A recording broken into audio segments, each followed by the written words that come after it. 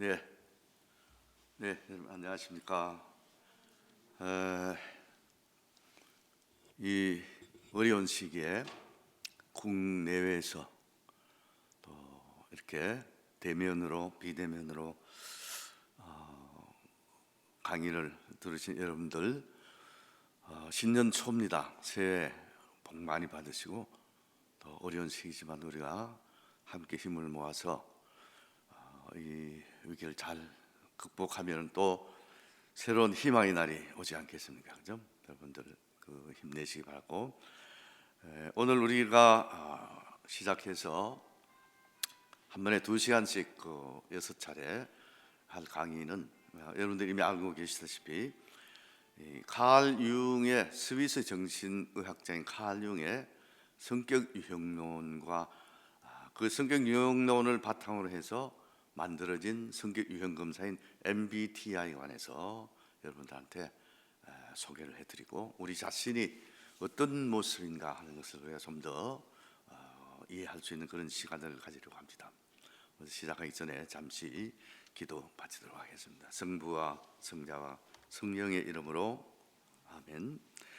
좋으신 하나님 아버지, 많은 분들이 국내외에서 또 여러 가지 방법으로 함께 모여서 칼 융이 이야기하는 성격 유형론과 그 이론을 바탕으로 한 MBTI를 통해서 당신의 모상으로 만들어 주신 우리 자신이 어떠한 모습인지, 나는 누구인지를 우리가 좀 더 알아들을 수 있는, 또 함께 이해할 수 있는 그런 좋은 시간, 유익한 시간이 될 수 있게 하시고, 당신께서 첫 강의부터 마지막 강의까지 함께 하셔서 우리 자신의 고유한 측면을, 이 세상 어느 누구와도 다른 나 자신, 내 고유한 그 성격에 관해서, 나 자신의 모습에 관해서 우리들이 좀 더 깊이 알아듣고, 또 그런 고유한 나를 창조해 주신 당신께 감사드리며 살아갈 수 있는 그런 삶을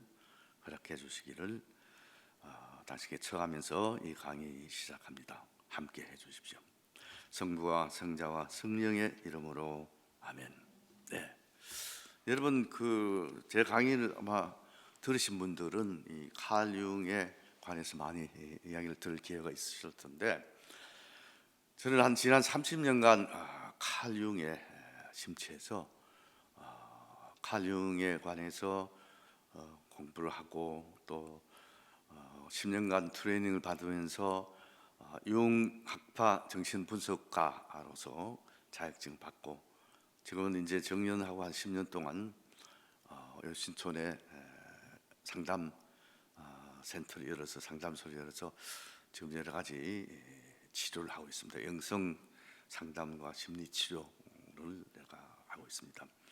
그래서 오늘 우리가 이번 강의의 주제는 우리 자신을 좀 이해해보자. 그것도 요즘 여러분들 굉장히 핫 이슈가 MBTI 있잖아요, 그죠? 뭐 이 매스컴에, 또 연예인들 연예 프로그램에 전부 지금 MBTI가 굉장히 뜨고 있어요, 요즘 소위 말해서.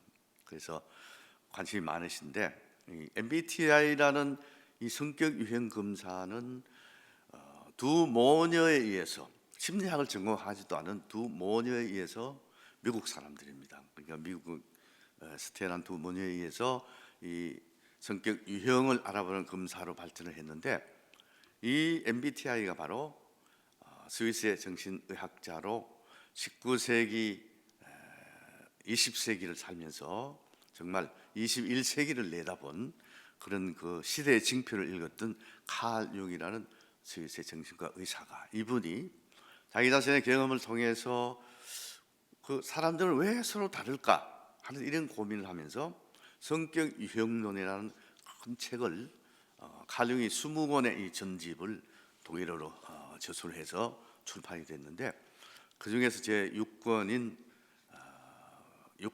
바로 이 융의 성격 유형론입니다. 그래서 자기의 경험과 자기가 치료했던 사람들과 친구들과 주위의 사람들의 행동과 드러난 점을 전부 이렇게 정말 리플렉션하면서 유형론을 썼어요. 이것을 이론적으로 바탕으로 해서 이 두 모녀가 MBTI라는 성격 유형 검사를 만들었습니다. 그래서 성격 유형론을 이제 성격 유형론을 일을 하려면 여러분들이 칼 융이 어떤 분이고 그분이 어떤 경로를 통해서 어떻게 해서 성격 유형론이라는 책을 썼는지 이걸 이제 여러분들이 좀 아셔야 하기 때문에 그 강의 순서는 이렇게 될 것 같습니다. 오늘은 융의 분석 심리학, 그의 생애와 사상, 그리고 심리 유형론이라는 것이 융의 분석 심리학에서 어느 부분을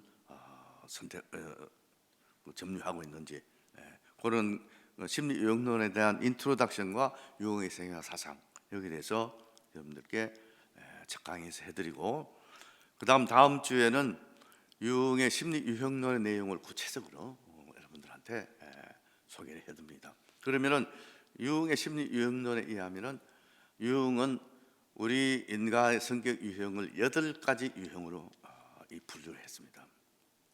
그런데 이 심리 유형론을 바탕으로 해서 MBTI를 만들면서 이 카타린 브루익스와 이사벨 마이어스라는 그 딸은 자기들의 경험에 의해서 또 한 가지 그 축을 새롭게 발견해서 거기에다가 한 축을 추가하면서 MBTI에서는 칼 융의 8가지 성격 유형이 8, 16에서 16가지 성격 유형으로 나누어집니다.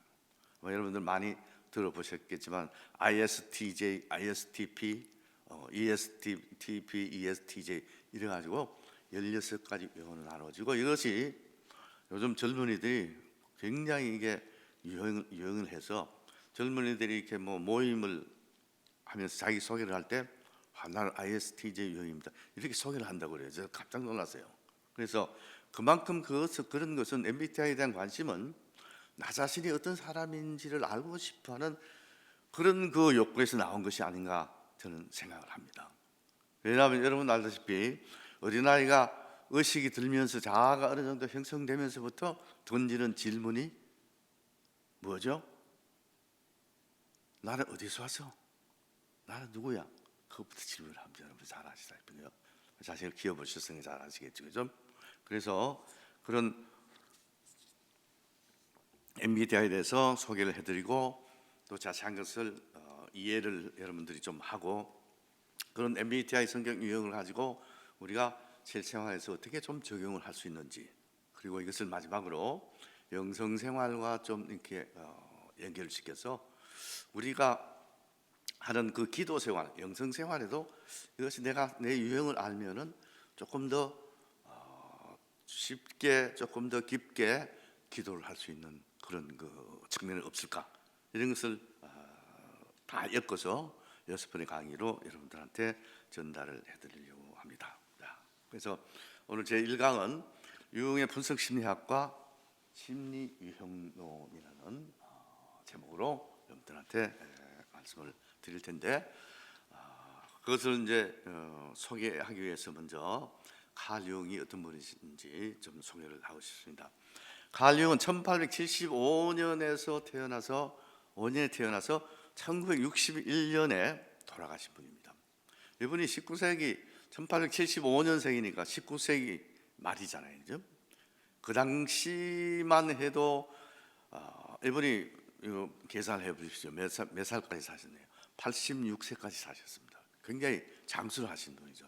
오래 건강하게 마지막 말년까지 자기의 그 저수를 굉장히 중요한 그 책을 3권을 써내고 자기 또 자서전을 구술을 하고 이러면서 그 말년까지 굉장히 활동적으로 사시다가 그렇게 사랑하는 제자들의 둘러싸여서 돌아가신 분으로 참 이 융의 생애를 이렇게 보면서는 야 정말 저분은 정말 자기가 원하던 것, 자기가 하고 싶었던 일에 정말 매진해서 평생을 참 열심히 잘 사신 분이고 정말 삶을 멋지게 사신 분이다 이런 생각을 저는 많이 가지고 굉장히 여러 학자들 중에서도 가장 존경하는 학자의 한 사람으로 저에게 다가오는데 이 융이 그 집대서 해놓은 이 분석 심리학의 그 기본을 한마디로 이야기를 한다면 우리는 무의식의 심리학이다 이렇게 얘기를 할 수가 있습니다.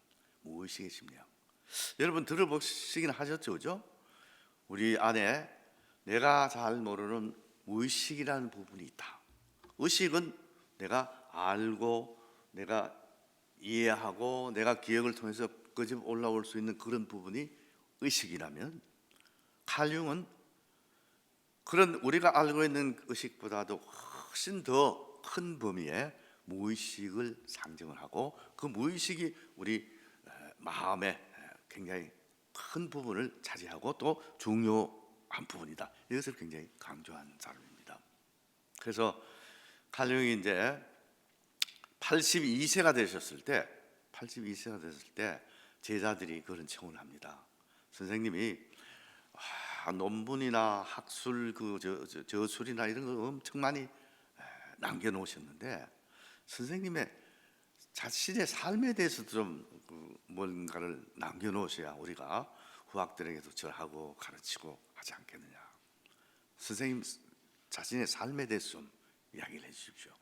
그 청에 못 이겨서 거절을 하다가 마지막에 82년도에 칼 융이 제자들의 청에 못 이겨서 자기 삶을 기술을 하기 시작합니다. 그래서 제자였던 아니헬라 야베라는 그 분이 그걸 전부 다 받아 적고 정리를 해서 칼 융의 소위 말해서 오토바이오그래피, 자전적인 기술이 나오는데, 그래서 우리는 융의 자선 기술 이렇게 얘기하면 자서전, 그것을 그 제목이 회상, 꿈, 그리고 사상 이렇게 되어 있는데, 이 자서전의 첫머리에 칼 융이 이런 얘기합니다. 나의 생애는 무의식이 그 자신을 실현하는 역사다.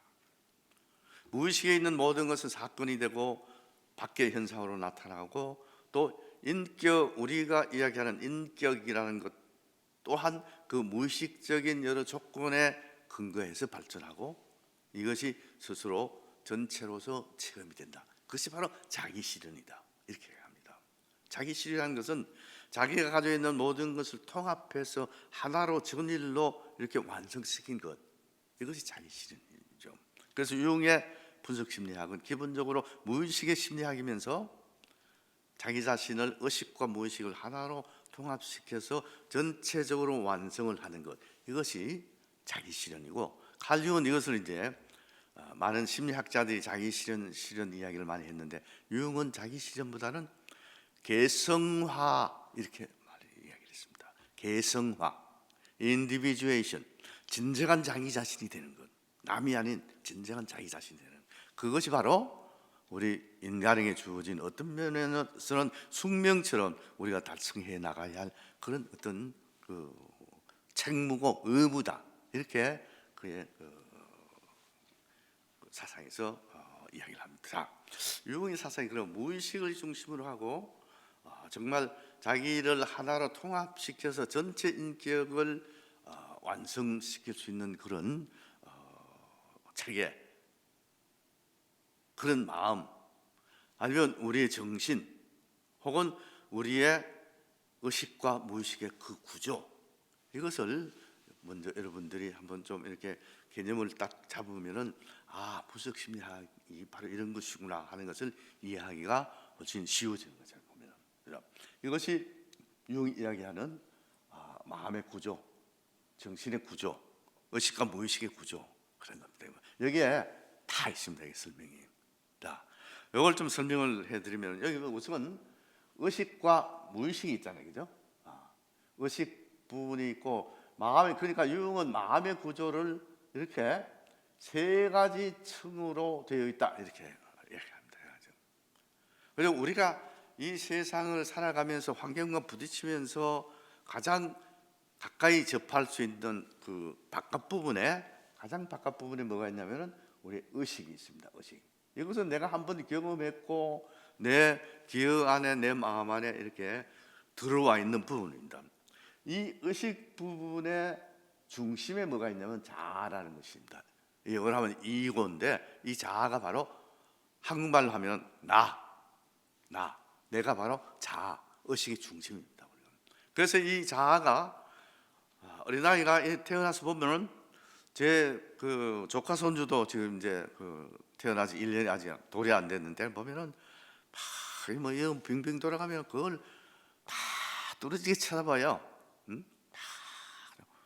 이러면 그 자기 형보다도 더 이렇게 열심히 뭘 하나 쳐다보면 오랫동안 쳐다봐요. 이게 벌써 달라. 그렇게 하는 게. 그러면서 그것을 내 자아가 아직 걔는 아직 자아가 형성이 안 돼 있죠, 그죠? 자아가 보통 1살 반에서 한 2살 그때 이제 자아가 형성이 된다 그러니까 자아가 형성되면 이 자아가 내가 본 것을 지각한 것을 이걸 이제 의식 안으로 받아들이기 시작합니다. 즉 의식의 문지기 역할을 한다는 거예요, 자아가. 그러면은 그 기억 안으로 의식 안으로 내용물이 쌓이기 시작하죠. 이것이 우리가 한번 경험한 것. 내가 의식 안으로 받아들인 내용물로 채워진 부분이 바로 이 의식의 부분입니다. 그 중심에 나 자아가 있고. 자, 그런데 우리 바깥에는 내 마음, 정신이 바깥에 우리가 사람들과 생활하고 이렇게 하는 환경이 있잖아요. 그 환경이 내가 어떤 사람이 되느냐에 하는데 상당히 영향을 많이 미치거든요. 여기 여러 가지 그 환경이 있죠. 가장 가까운 환경이 또 가장 많이 영향을 미치는 환경이 무슨 환경인 것 같아요? 가족 환경입니다. 우리 아버지, 어머니, 형제들 이런 사람들이 내 성격을 형성하는 데서 굉장히 중요한 영향을 미치는 사람들입니다. 가족 환경 있죠. 그 다음에 이제 유치원 애들하고 학교 가죠. 학교 환경이라는 게 있죠. 거기 들어가서 친구들 만나죠. 그러면 친구 환경이라는 게 있죠. 그 다음에 더 크면 이제 대학을 가고 이러면 데이트도 하고 이러면서 또 가족을 이루고 거기 또 다른 하는 친구 관계가 있죠. 그 다음에 직장에 들어가면 또 직장이라는 환경이 있죠. 여러 환경에 적응을 해 나가야 하는데 이 자아가 적응을 해 나가야 하는데 이 자아가 환경에 적응하기 위해서 필요한 것이 있습니다. 그 환경에 맞춰 나가기 위해서 그때그때 적응을 하는 수단이 필요하다는 거죠. 그 적응하는 수단이 뭐냐면 바로 페르소나라고 불렀습니다. 칼융이 페르소나. 이것은 인간이 환경에 적응하기 위해서 쓰는 어떤 그 가면 같은 거예요. 마스크 같은 부분이에요. 마스크. 탈, 우리나라 말로 하면 정확하게 탈이에요. 유럽이나 외국의 서양에서는 그 마스크라고 하죠. 마스크 댄스 이렇게 하죠. 근데 거기서 우리는 탈이라고 합니다. 그런 탈이나 마스크를 쓰고 우리는 주어진 환경에 적응을 해 나가야 내가 환경에 제대로 적응하면서 성인으로 이제 성장을 할 수가 있는 거죠. 그죠? 그래서 우리는 태어나서 죽을 때까지 환경이 다를 때마다 페르소나를 다른 것을 이렇게 계속 만들었습니다. 그걸 적절하게 잘 만들어서면서 잘 하는 사람은 적응을 잘하는 사람이죠. 근데 유치원에서 내가 애들하고 장난치고 놀고 할 때 어릴 때 그 페르소나를 가지고 초등학교에 들어가서도 그 탈을 쓰고 하면은 적응이 안 되겠죠. 쟤는 아직 어린애야 이렇게 되잖아요. 그죠? 그러니까 유치원에서 초등학교를 들어가면 거기에 맞는 또 페르소나가 필요한 거죠. 그래서 우리는 여러 가지 여러분들이 직장 생활을 할 때 직장에서 내가 상사들 대할 때 내 부하들 대할 때 동료들 대할 때 그때 쓴 그 직장에서 쓰던 페르소나를 집에 그대로 쓰고 와가지고 막 부인한테도 막 밑에 사람 대하듯이 야 물 떠와 그리고 막 이렇게 명령하고 이러면 되게 안 맞죠 그게. 근데 그런 사람이 있어요 사실은. 직장에서 하던 페르소나를 집에 와서 그대로 하는 사람이 있거든요 보면. 그러니까 그런 사람이 이제 그것이 심해지면 어떻게 돼요? 이제 부정이 일어나기 시작합니다. 안 돼요. 그래서 유흥의 분석 심리학에서 중요한 개념입니다. 페르소나를 어떻게 잘 형성해서 주어진 환경에 잘 적응해 나가느냐. 이것은 인간이 심리적으로 적응해 나가는데 환경에 굉장히 중요한 역할입니다. 이 페르소나를. 그리고 이 페르소나를 잘 발달시켜야 하고 또 그때 환경에 맞게 페르소나를 잘 사용하지 않으면은 어떤 딱지가 붙느냐면 계속 그것이 어긋나서 대학생인데도 대학생으로서의 처신을 잘 못하게 되면 어떻게 돼요? 나중에 어려움이 생기고 이것이 계속 반복되다 보면은 부적응증이 걸립니다. 부적응증, 적응을 잘 못하는 증상 이 있어요. 부정적인 그렇게 되죠. 그리고 여러 가지 노이로 현상이나 이런 걸 겪을 수 있게 되는 거죠. 그래서 페르소나를 잘 형성해야 되는데, 그래서 이 페르소나를 가지고 뭐라 부르냐면 외적인 인격이다 이렇게 불렀습니다. 외적인 인격, external personality, 외적인 인격이다. 그리고 여러분들이 그 외적인 인격을 가지고 관계를 맺고 친구들도 대하고 상사도 대하고 동료들도 대하고 이러잖아요. 근데 이게 잘 안 되면은 그 공동체 안에서 여러 가지 문제를 일으키게 되는 거죠. 그래서 페르소나를 적절하게 잘 발달시키는 것, 이것도 자기를 이해하는 데 있어서 굉장히 중요한 부분입니다. 자, 그러면은 이 자아가 환경과 적응하고 관계를 맺으면서 페르소나를 적당히 활용을 잘해서 적응을 잘해 나가면서도 우리 주위의 환경이라는 것이 여러 가지 문화적인 면도 있고 법률적인 면도 있고 또 윤리적인 면도 있고 여러 가지가 있잖아요, 그죠? 그런 규범이 이게 문화가 발달할수록, 문명이 발달할수록 계속 더 만들어집니다. 왜? 공동생활을 해야 되기 때문에. 우리는 혼자서 살아가는 사람들이 아니잖아요, 그죠? 그렇기 때문에 이 규범 때문에 내 안에 있었던 어떤 그 본능적인 부분, 본성적인 부분, 그것은 선과 악의 어떤 윤리적인 판단이 대상이 안 되는 그런 자연스러운 부분이 자꾸 억눌려요. 야, 그거는 도리에 어긋나는 것이야, 안 돼. 뭐 이게 자꾸 해서 그런 부분이 억눌려져서 나의 자아의 일부분이 이 무의식 안으로 침잠에 들어가는 부분이 있습니다. 이 부분을 칼융이 바로 섀도우, 그림자라고 불렀습니다. 그림자. 그래서 우리 안에 어떤 문화에서 사느냐, 어떤 문명에서 사느냐, 거기에 따라서 어떤 사회에서, 집단적인 사회냐, 개인주의적인 사회냐, 이런 사회에 따라서 내 그림자가 안에 많이 눌려 있는 부분이 상당히 많아요. 네. 그래서 이 그림자가 내 무의식 안에 이렇게 응놓여 있기 때문에 이 그림자는 무의식 안으로 들어가면은 햇볕을 잘 받지 못하기 때문에 이렇게 어두워져요. 발달이 지체가 되고 더 고태적이 되고 이렇게 되거든요. 그러니까 이 부분이 이렇게 무의식에서 잠겨서 이게 어두워진 부분, 이게 섀도우, 그림자라고 부릅니다. 그래서 꿈 분석을 하다 보면은 초창기에 이 그림자 부분이 꿈에 많이 나타나요. 그래서 그걸 내 것으로 받아들이고 의식화해 나감으로써 나의 자아 부분이 더 풍성해지고 이쪽이 밝아지죠. 어두운 부분을 내가 의식 안으로 가지고 와서 의식화가 되면은 이 자아의 밝은 부분이 훨씬 더 많아지는데, 이 안에 무의식 안에 있을수록 이건 점점 어두워져요. 그렇기 때문에 이런 그림자가 바깥에 투사되거나 사람들에게 투사되거나 다른 데 투사가 돼서 어떤 사람은 나한테 어째 나쁜 짓을 한 것도 아니고 나에게 손해를 끼친 것도 아니고 나를 딱히 괴롭히고 한 것도 아닌데 어떤 사람은 곁에만 가면 기분이 나빠. 가고 싶지가 않아. 그리고 자꾸 뭔가 부정적인 뭔가 자꾸 흘러. 이게 뭐냐? 내 안에 있는 그림자가 투사될 때 그렇게 됩니다. 이게 굉장히 미움과 적개심과 이런 것들이 막 억눌려 있다가 이것이 자기도 모르게 투사라는 것은 내 안에 있는 것을 바깥으로 딱 던져버리는 거거든요. 여기에 지금 노트북 안에 있는 이 그림이 투사가 돼서 어디에 비칩니까? 여기에 비칩니다. 사실은 저기 있는 게 아니죠, 그죠? 저기 있는 게 아닌데 이 노트북 안에 있는 이 물체가 투사가 돼 저기에.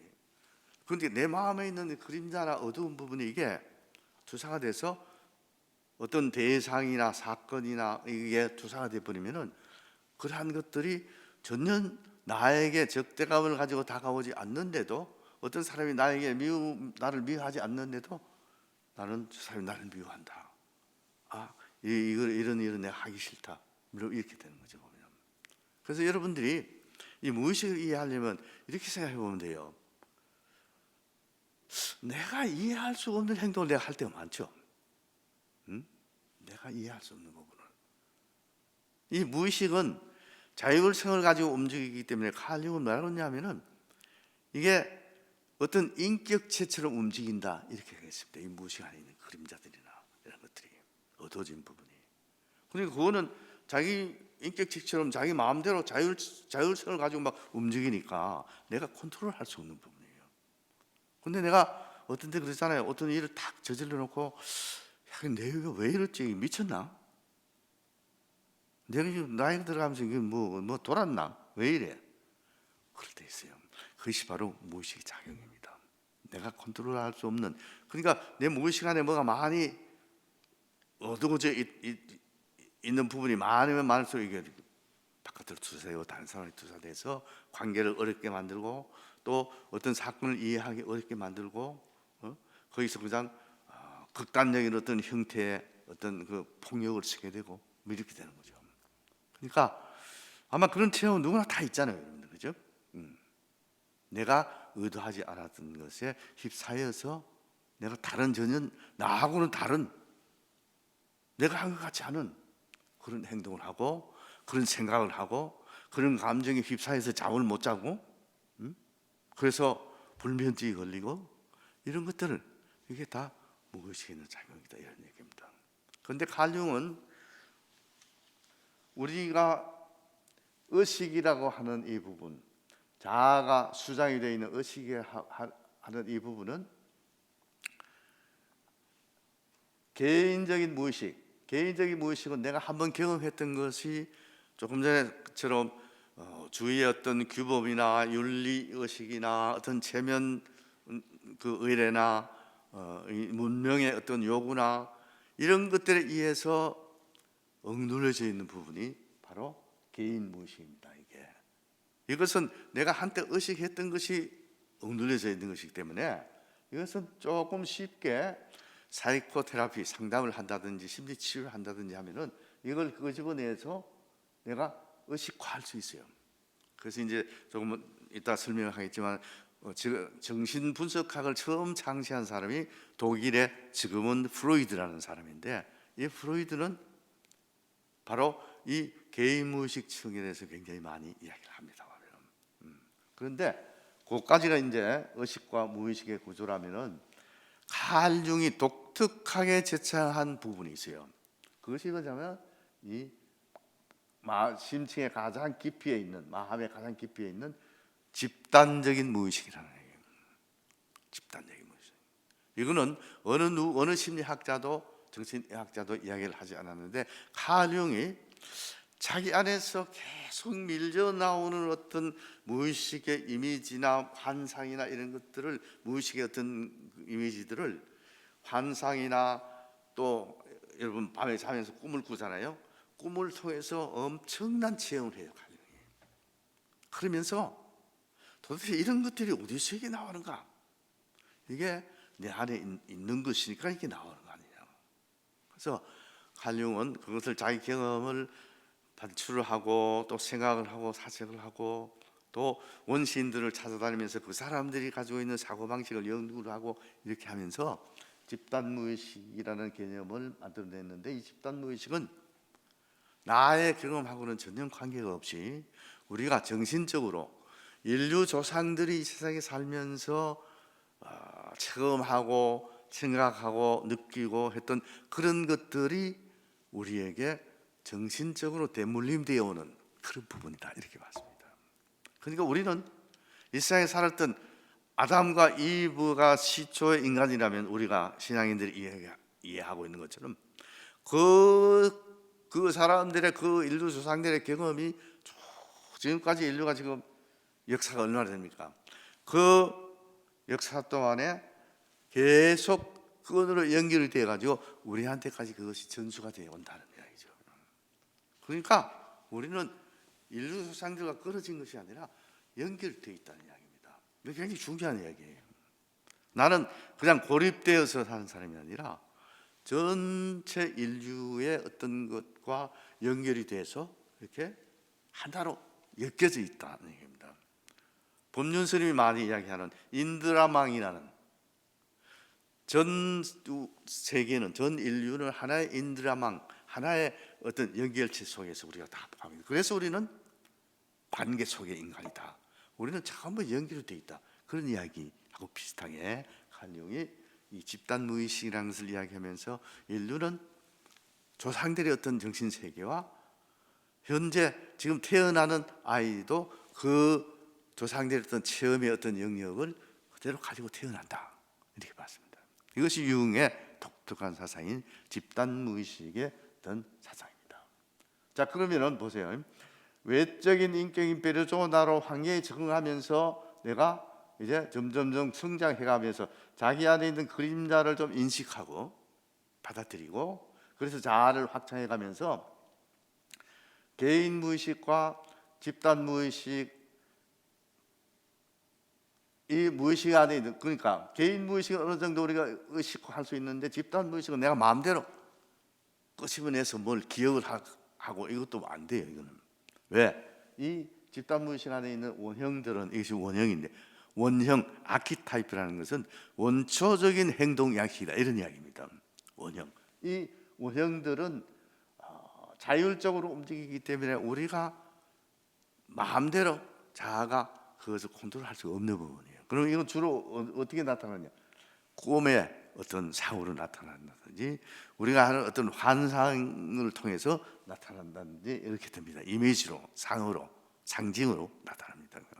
근데 이제 여기 보면은 융의 그 사상 중에 또 하나 아니마와 아니무스라는 개념이 있습니다. 아니마, 아니무스. 이것은 바로 융 분석 심리학의 핵심을 이루는, 뭐라고 할까요? 이 심혼이라고 할까요? 우리 안에 있는 어떤 영적인 부분이에요. 영적인 부분. 이 심혼, 영혼을 가지고 있고 영을 가지고 있고 혼을 가지고 있는 그런 부분. 이걸 아니마와 아니무스라고 그러는데, 이것이 바로 융 분석 심리학에서 영성과 연결될 수 있는 부분입니다. 이것이. 이런 영적인 부분을 우리가 누구나 다 가지고 있는데, 이것이 나의 내적인 인격이고, 이 내적인 인격은 내가 살아가는 나는 지금 남자잖아요. 내가 남자로 살아가는데 내 내적인 인격은 아니마, 여성적인 특성을 가지고 내 안에 형성되어 있다. 그러니까 인간은 양성을 통합시킬 수 있는 존재다, 이런 이야기입니다. 이건 굉장히 심오한 이론이에요. 또 여러분들이 여성분이 여기 있는데, 여성들이 여성으로서 삶을 살고 어머니로 살고 이렇게 하면서도 자기 안에 있는 내적인 인격은 남성성을 띤 아니무스입니다. 남성성이다 부분. 그러니까 내적인 인격과 외적인 인격이 통합이 돼서 달성할 수 있는 전체성, 나의 통합된 완성된 모습, 그게 뭐냐면 바로 의식과 개인 무의식과 집단 무의식을 통틀어서 인간 마음의 가장 핵심 부분에 있는 자기, 셀프, 이것입니다. 자기에 도달하는 것, 이것이 분석 심리학의 목표입니다. 그럼 여러분들이 이제 분석 심리학의 핵심에 대해서 여러분들이 어느 정도 이해가 되셨으리라고 생각합니다. 네, 그래서 그런 그 마음의 구조를 칼 융이 이야기를 하고 있습니다. 그래서 그럼 이런 분석 심리학의 구조를 만들어내기 위해서 칼 융이라는 사람이 자기의 경험을 중심으로 이것을 만들어냈어요. 융은 어떤 이론을 만들어내놓고 그 이론에 자기 경험을 맞춘 사람이 아니고, 1913년 그 겨울 그 가을부터 엄청난 이 집단 무의식에서 올라오는 이미지들, 상들을 환상으로 보기 시작합니다. 그리고 꿈에 나타나는 이미지를 보기 시작하고, 그래서 칼 융은 1913년 말에, 1913년에 이제 프로이드와 헤어져서 자기의 심리학을 분석 심리학이라고 칭하면서 새로운 심리학을 자기 나름대로 만들어서 프로이드와 헤어진 그 해에, 그 가을에 엄청난 환상을 봐요. 어떤 환상이냐면은 환상을 거의 1시간 이상 봤는데, 유럽 전역이 이렇게 쫙 클로즈업이 되면서, 여러분 이걸 또 아셔야 돼요. 꿈은 무의식에서 무의식적으로 무의식에서 꿉니다. 그죠? 내가 꿈을 내가 컨트롤할 수 없잖아요. 그죠? 뭐 환상도 마찬가지하지만은 꿈은 그러나 우리가 잠을 자서 그 뇌파가 점점 약해져서 아주 약한 뇌파로 들어가면은 그때 내 마음은 무의식의 상태가 되는데 그때 가장 가까워지는데 그때 이제 꿈을 꿉니다. 그러니까 꿈은 무의식에서 만들어지고 무의식에서 이제 일어나는 거. 그 이제 이 깨어나면서 잠시 기억을 하는 거죠. 우리가. 환상이라는 것은 내가 무의식 상태에서 뭘 보는 게 아니라 이게 뭐라 그럴까요? 무의식에 가까운 그 층에 내려가 있기는 하지만 의식이 완전히 없는 상태가 아니로 의식 반의식 상태에서 의식이 깨 있는 상태에서 환상을 봐요. 그게 꿈하고 환상이 달라요. 이렇게. 그래서 칼융이 이제 그 1913년 그 가을에 본 환상 10월에 유럽 전역이 쫙 있는데 막 이렇게 눈앞에 쫙 펼쳐져야 파노라마처럼 파노라마처럼 쫙. 근데 거기 막 홍수가 막 와서 비가 며칠 동안 팍 오랫동안 내려요. 그래서 온 유럽이 발칸 반도를 포함해서 온 유럽이 완전히 그 빗물에 잠깁니다. 그리고 홍수가 나서 유럽 전역이 완전히 막 홍수에 휩쓸리는 거죠. 사람도 둥둥 내려오고 동물들도 돼지들도 막 떠내려오고 사람 시체도 떠내려오고 온갖 것이 막 떠내려옵니다. 그런데 그런 환상을 팍 보고 있는데 갑자기 그 홍수로 잠겨있던 그 빗물이 새빨간 핏물로 변합니다. 빨간 핏물로. 그래서 한중 거기서 깜짝 놀라죠. 그러면서 1시간 가량 그래가지고 막 그 온갖 것이 핏물 잠겨 유럽 전역이 완전히 피바다가 되는 피에 잠기는 빗물에 잠기는 그런 환상을 봅니다. 이걸 2주 후에 똑같은 환상을 또 봅니다. 가지고 비슷한데 더 그 참혹한 더 많은 사람들이 죽고 시체가 떠내려오고 막 이러는데 그것이 더 새빨간 피로 변하는 그런 2주 후에 같은 환상을 봅니다. 그래서 칼융이 그때 그런 생각합니다. 그때 프로이드와 헤어지고 나서 굉장히 심리적으로 어려운 상황이었습니다. 왜냐하면은 그 프로이드 정신분석학파에서 거기서 떨어져 나오니까 완전히 왕따당해서 학자로서도 막 공격을 받고 저 유흥의 그 학문은 저건 신비주의지 저건 심리학이 아니다. 그리고 막 공격을 받고 그랬거든요. 그래서 그 어려운 상황이라서 자기가 이거 내가 지금 미쳐가는 것이 아닌가. 정신과 의사니까 그걸 알죠. 그런 환상은 아무나 보는 게 아니라는 걸. 정신분열증 환자들이나 가끔 보는 그런 환상 같은 걸 두 분이 봤으니까 굉장히 힘들어요. 그러다가 2014년 봄에 또 꿈을 3번을 같은 꿈을 연극 보는데 외국에 있다가 스위스로 돌아오니까 이제 한여름인데 막 녹음이 막 우거져 있잖아. 한여름이니까 나무도 그렇고. 근데 이게 갑자기 북구에서 한파가 겨울 한파가 밀닥쳐가지고 이 나무잎, 열매, 잎사귀 이런 게 전부 다 말라붙어 버리는 거예요. 그런 꿈을 3번 연극 봅니다. 그래서 야 진짜 내가 그런데 유럽의 전역의 정세나 뭐 정치적인 상황이나 이런 걸 자기가 아무리 살펴봐도 뭔가 이변이 일어날 것 같은 그런 낌새는 별로 안 보였는데 이런 거 이게 13년부터 이렇게 계속 이런 꿈이 꾸이니까 야 이거 내가 미쳐가는 거야 이렇게 생각했어요. 근데 그게 아니었어요. 1914년 8월에 뭐가 일어납니까? 세계 제1차 세계대전이 터집니다. 그때. 그래서 세계 제1차 대전이 터지나서 칼융이 안도의 한숨을 내쉽니다. 내가 미쳐가는 것이 아니구나. 내가 미래에 올 것을 미리 보았구나. 한 거죠. 1차 세계대전에 일어날 것을 예시하는 그런 환상과 내가 꿈을 꿨군. 이거는 자기가 참 합니다. 그러면서 이제 거기서 그 자기 경험들을 모아가지고 이게 책을 또 만들고 뭐 이러면서 다음 이야기에 다음 때 넘어가겠습니다. 어떤 간에 제가 말씀드리고 싶은 것은 경험 심리학입니다.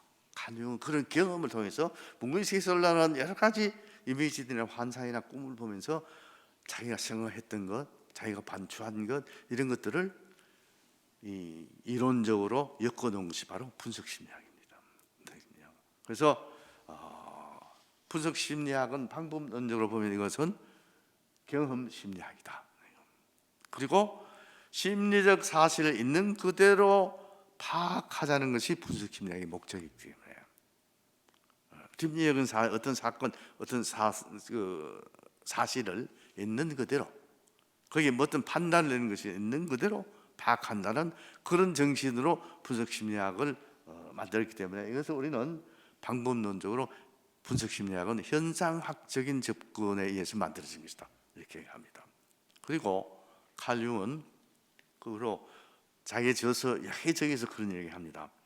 어떤 이론이 실제로 그 사람에게 도움을 주지 못하면 그건 좋은 이론이 아니다.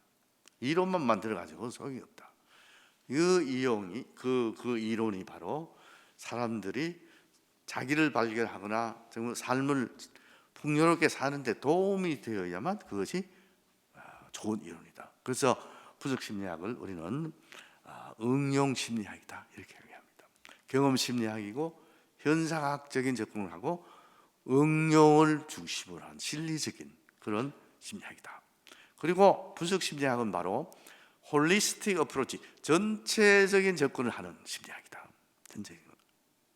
프로이드는 어떤 증상을 치료하기 위해서 그 증상이 과거에 어떤 원인에 의해서 생겼는지를 주로 따지고 들어갑니다. 정신분석에서. 그래서 프로이드는 무슨 까닭으로 이런 증상이 생겼는가 이렇게 증상에 접근해 들어갑니다. 그런데 칼 융은 물론 그 원인도 중요하지만 그것보다는 이 사람에게 지금 노이로제 증상이 현재 일어난 이것은 무슨 목적으로 지금 이 증상이 이 사람에게 생겼을까? 무엇을 위해서? 미래에 무엇을 위해서? 앞으로 무엇을 위해서 이 증상이 생겼을까? 그러니까 무슨 목적으로 생겼냐? 이런 질문을 융은 많이 합니다. 그래서 융의 분석 심리학은 인과론, 물론 프로이드처럼 그 성인은 어릴 때의 부모와의 대상 관계를 그대로 답습하는 경향이 있다 하는 그것처럼 어떤 원인이 있지만은 그것보다는 이 증상이 앞으로 이 사람에게 어떤 도움을 주려고 하는가, 무슨 목적으로 생겨나는가, 이것이 더 중요하다 이렇게 이제 좀 다르게 주장하는 거죠. 그래서 분석 심리학은 바로 인과론과 목적론을 통합한 전체적인 이론이다 이렇게 얘기합니다. 그리고 마지막으로 방법론적으로 보면은 바로 목적 지향적인 방법론을 분석 심리학에서는 쓴다. 그러니까 어떤 것에든 다 미래 목적과 관계가 되어 있다는 얘기입니다. 그 사람이 자기를 찾아 나가는 데 있어서 도움을 주기 위한 어떤 것과 연결시킬 수 있다. 그런 목적이 있다. 이렇게 본 거죠. 보면은 그래서 굉장히 뭐라 그럴까요? 좀 긍정적이고 통합적인 그런 이론이다. 저는 이렇게 생각합니다. 자, 그러면 이 분석 심리학을 그 특성적으로 기본 특성을 이렇게 좀 우리가 간추려 본다면은 이렇게 이야기를 할 수 있습니다. 분석 심리학은 무의식의 존재를 가장 중요시하고 또 무의식이 가지고 있는 자율성이나 무의식의 창조성을 굉장히 강조하는 그런 가설이다 이런 이야기입니다. 뭐 그러면 무의식이 어디 있느냐? 한번 보여봐라. 그렇게 보여줄 수 있는 것은 아니지만은 어떤 이론은 다 가설이에요. 프로이드의 이론이든지 융의 이론이든지 어떤 이론은 학문적인 이론은 다 하나의 하이포테시스 가설이에요. 그런데 융의 분석 심리학은 특히 무의식의 존재를 중요시하고 무의식이 가지고 있는 자율성, 자기 힘으로 뭐 자아나 의식이 뭐 도와줘서 그게 아니고 스스로 움직이고 또 새로운 창조적인 것을 만들어내는 그런 힘이 있는 그런 가설이다 이런 얘기입니다. 그러니까 무의식을 굉장히 중요시 하는데 칼 융의 사상은 이 세상 모든 것은 다 대극이 있다 이렇게 얘기합니다. 대극. 선이 있으면은 그 반대편에 악이 있다. 착한 사람이 있으면 악한 사람도 있다. 세상에 착한 사람만 모여 있는 사회는 없어요. 착한 사람이 있으면 악한 사람도 있고 다 있어요. 동가 있으면 동서, 남북 이것도 다 하나의 대극이고 모든 것이 다 대극으로 되어 있다. 그런 대극의 갈등에서 정신을 움직이는 우리를 움직이는 정신 에너지가 생성이 된다 이렇게 봤습니다. 에너지가. 그래서 이 대극을 합일해서 이렇게 조화롭게 하는 이것이 바로 분석 심리학의 목적이고 의식과 무의식을 통합해서 자기 안에 있는 가장 깊이 있는 자기를 만나는 일 이것이 바로 통합의 목표고 중심이다 이런 얘기입니다. 그 안에 하나로 자기라는 것은 그 안에 이제 자기 원형이라는 것이 있는데 우리 안에 아키타이프 자기 원형 이 자기 원형은 내가 전체적으로 하나로 통합돼서 하나가 될 수 있는 그런 에너지 밀어붙이는 힘 이런 것을 다 가지고 있는 것 이것이 바로 자기입니다. 그래서 융의 분석 심리학은 중심의 사상 내 안에 있는 자기를 만나서 인격이 전체적으로 통합되는 이론 이것이 바로 융의 분석 심리학의 목표고 중심이다 이런 얘기입니다. 그리고 마지막으로 이제 융의 심리학을 이야기를 하면서 제 스승이신 이부영 선생님께서 강조를 많이 하는데 어떤 심리학이라도 혼을 이야기하는 심리학은 없다. 그런데 칼 융의 분석 심리학은 바로 혼이 있는 심리학이다. 이게 뭐냐면 바로 영혼 같은 존재인 내 내적 인격 아니마와 아니무스 이것이 우리 안에 있다고 가정하는 것 이것이 바로 융의 심리학의 특색입니다. 이걸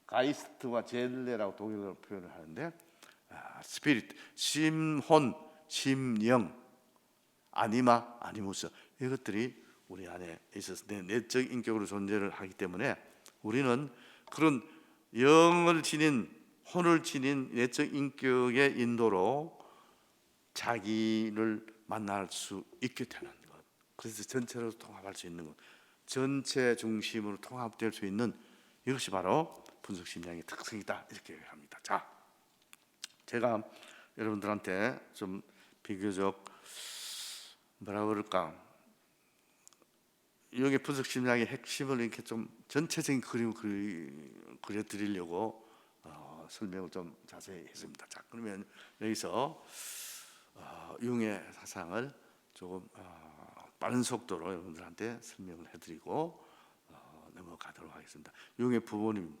아버님은 목사님이셨습니다. 스위스 개혁교회 목사님이시고 그 어머니의 외할아버지, 어머니의 아버지 외할아버지도 목사님이셨고 융이 태어날 때 그 당시에 6명의 목사님이 집에 있었는데 사실은 전체를 따지면 외가 친가에서 목사님이 11분이 계셨어요. 그만큼 스위스 개혁교회, 프로테스탄트 스위스 개혁교회에 굉장히 정말 그런 열심한 그런 가족에서 태어났습니다. 이게 융이 1875년생이니까 그 25년 전에 아버님이 그 심우하던 교회 전경입니다. 교회당에 여기서 이제 칼 융이 원형적인 꿈을 꾸는데 이 바젤이라는 곳에 큰 그 전통적인 도시입니다. 독일 그 스위스에서 굉장히 중요하고 낭만주의 철학이 꽃피던 그런 그 문화의 중심지였는데 이 바젤이 거기에서 태어나서 4살 때 크레닝훈겐이라는 곳으로 이제 이사를 가서 거기서 자라는데 4살 때 칼 융이 중요한 원형적인 꿈을 꿉니다. 아주 중요한 원형입니다. 그런데 칼 융이 얼마나 내향 성향이 강한 사람이었냐면은 65세가 될 때 처음으로 부인에게 그 꿈 얘기를 합니다. 꿈 얘기를. 그동안 자기 마음 안에만 간직하고 있었던 거지 보면. 그리고 아주 절친한 친구였던 베넷이라는 사람에게 4살 때 꿈 이야기를 합니다. 그만큼 내향 성향이 강한 사람인데 갈룡이 이 꿈은 이 아버님이 그 심하던 목사관 이 앞에 여기 이제 그 잔디밭이 있는데 마당이 있는데 거기서 유흥이 어릴 때 친구들하고 놀던 그곳인데 꿈에 어느 날 이렇게 보니까 거기에 이렇게 이 동그란 이게 원형으로 된 이렇게 뚜껑이 있어가지고 그걸 열어보니까 그 밑으로 내려가는 계단이 있어요. 계단에서 쭉 내려가 보니까 아주 큰 육조화 문이 있고 녹색 커튼이 쫙 쳐져 있는데 그걸 이렇게 하고 문을 여니까 그 안에 빨간 융단이 쫙 깔려 있으면서 가운데 어떤 그 뭐라 그럴까요? 그 재단, 황금 재단이 이렇게 있고 거기에 천정에서 뭔가 이렇게 이런 기둥 같은 둥그런 기둥 같은 것이 이렇게 매달리는 같은 그 형상이 보이는데 그게 살아있는 살 같기도 하고 눈이 하나만 이렇게 뚫리는 괴물 같은 이게 이렇게 매달리는 걸 봤죠. 그리고 그 황금 재단 거기는 황금의 옥자가 놓여 있고 근데 이렇게 보면 저게 뭘까 하고 쳐다보이는데 바깥에서 어머니 목소리가 들립니다. 그게 바로 사람 잡아먹는 괴물이다. 그런 얘기를 합니다. 그래서 깜짝 놀라서 깨어나요. 그런데 나중에 칼륨이 그 4살 때 그걸 어떻게 이해를 했겠어요? 몰랐죠. 여러분들이 몇 살 때 기억이 여러분들한테 그 최초의 기억이 떠오르는지 모르겠는데 이 사이코테라피 심리 치료를 하다 보면은 그 사람이 기억하는 첫 기억이 굉장히 중요해요. 여러 가지 많은 정보를 담고 있는 그런 그래서 이게 이제 나중에 유흥이 어른이 되면서 성장하면서 이 꿈에 대해서 이렇게 좀 알아보니까 지금 제가 대충 말씀드렸습니다. 그래서 이렇게 나중에 그 자서전을 82세 때 이제 기술을 했다 그랬잖아요. 거기에서 뭐라고 썼냐면 이렇게 썼습니다. 그 당시에 무엇이 내 속에서 말을 했을까? 누가 그 탁월한 문제성을 표현한 언어들을 나한테 말해 주었을까? 누가 저 위와 아래를 통합해서 이로써 나의 인생의 하반기를 열정적인 성격의 폭풍으로 채우게 된 그 기초를 마련했을까? 이런 해석을 합니다. 그러면서 나중에 보니까 이게 괴물같이 생긴 살 같기도 하고 기둥 같기도 한 그것이 보니까 음경이요. 남성의 음경이 이렇게 딱 매달려 있었던 거예요. 음경. 이 음경은 상징적으로 대지를 상징한다고 합니다. 그리고 또 대지는 바로 이 땅이잖아요. 현재 땅. 이 땅을 관장하는 그런 그 뭐라고 할까요? 지학의 어떤 신 이것까지 연관이 돼 있고 이 남근은 생명의 어떤 그 생명력을 지니고 있습니다. 그죠? 그리고 창조성을 지니고 있는 그런 남근 원형상이 그게 4살짜리의 꿈에 나타나는 것인데 이것이 바로 칼 융은 나중에 자기 자신에서 그런 이야기를 합니다. 어둠의 왕국에서 일어난 일종의 성인식이었고 그것이 바로 내 영적인 삶이 그 무의식적인 첫 발을 내디딘 것이다. 이렇게 칼 융이 설명합니다. 그래서 참 4살 때 어떻게 이렇게 원형적인 꿈을 꿀 수가 있을까? 그러니까 칼 융이라는 사람이 참 굉장히 보통 사람은 아니에요. 그러니까 그 후에도 여러 가지 꿈이나 환상에서 본 그것들을 이렇게 모아놓은 책이나 이런 걸 보면은 보통 비상한 사람이 아니에요. 그리고 시대 징표를 읽은 성각자 중에 한 사람이었다. 그런 생각을 저는 한 6살 때의 칼 융의 사진인데 이 융의 사상은 가족 배경하고도 굉장히 연관이 있습니다. 스위스 사람들이 굉장히 진취적이고 영적이라고 해요. 스위스 사람들이. 그리고 또 그 할아버지, 외할아버지, 삼촌 그 중에서 11명이 목사가 있는 그런 그 집안에서 태어났고 그 당시에 지금도 그렇지만은 민주주의적인 전통이 오랫동안 축적되어 오던 그런 곳이 바로 스위스죠. 중립국으로서 한 번도 전쟁을 하지 않았던 그런 스위스의 민주주의적인 그런 시대 정신을 물려받았고, 그리고 사회 문화적으로는 르네상스 이후에 어떤 낭만적인 철학이 바로 그 바젤이 중심이 돼서 일어났는데, 그런 낭만주의 철학 여기도 영향을 받고 여러 가지 시대 상황에 영향을 받아서 그런 사상가로서 정말 자기의 이론을 형성한 그런 사람입니다.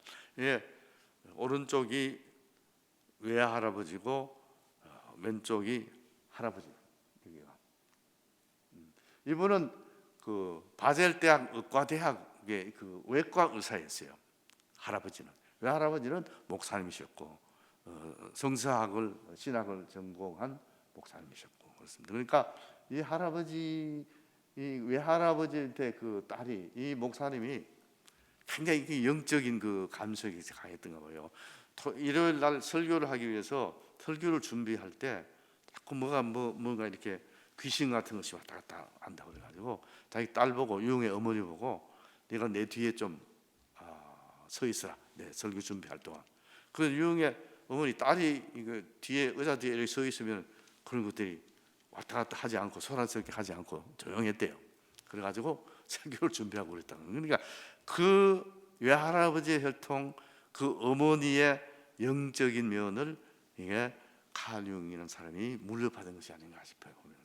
보통 사람보다 훨씬 많은 환상을 보고 정말 원형적인 꿈을 많이 꾸고 이렇게 하는 사람이에요. 그것을 그 무의식들과, 집단 무의식에서 올라오는 무의식들과 대면하기 위해서 프로이드와 헤어지고 6년간을 내적으로 집고해서 정말 그 내한기를 거치면서 이 무의식의 이론을 집대성한 분이 칼 융입니다. 그래서 이 융의 산물은 바로 환경의 산물이라기보다는 자칫의 그 경험의 산물이다.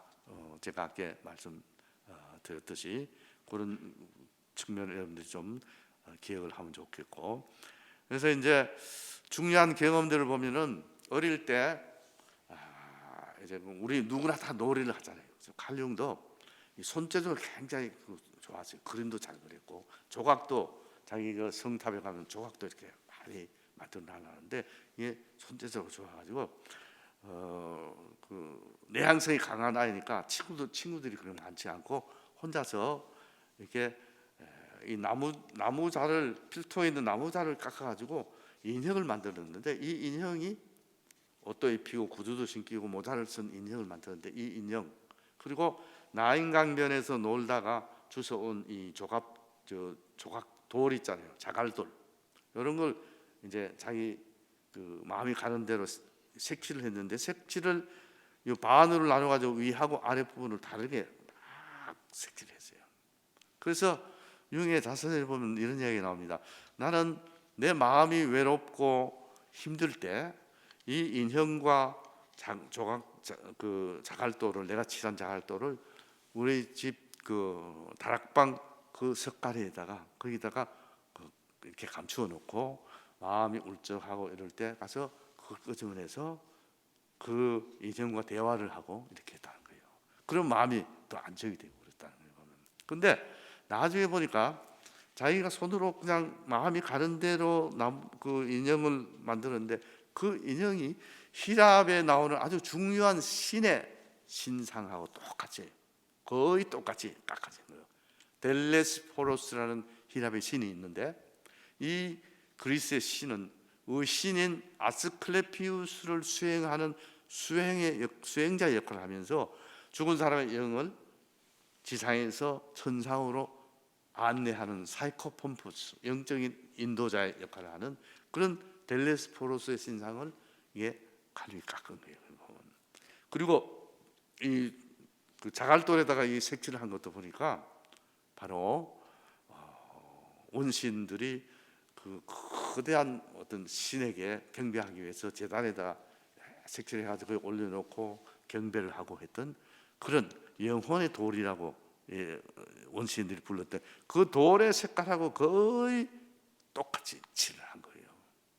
그래서 나중에 칼 융이 이런 내가 어떻게 그 당시에 그 그리스 신화나 히랍 신화나 이런 것에 대해서 자기는 읽어본 적도 없고 거기에 대해서 전혀 지식이 없던데, 또 원시인들의 그 영혼의 돌이라는 그 돌에 대해서도 자기가 아무런 지식이 없는데 내가 그걸 치라고 그 인생을 깎았을까? 이게 자기 힘이 아니라는 거죠. 내 안에 있는 어떤 것이 튀어나온 거라고 하는 거예요. 그래서 여기에서 칼 융의 우리 조상들의 경험과 연결되는 어떤 그 정신적인 연결성, 이것을 이야기하는 집단 무의식과 아키타이프 원형의 이론의 바탕이 된 체험들이 바로 체험이다, 이런 이야기입니다. 그래서 그런 체험들을, 경험들을 집대성해 놓은 것이 바로 용의 분석 심리학인데, 지금 1시간이 딱 지났습니다. 그래서 조금 한 10분간 쉬고 여러분들 좀 움직이시고, 그러고 나서 3시 20분에 우리 다시 강의를 시작하도록 하겠습니다.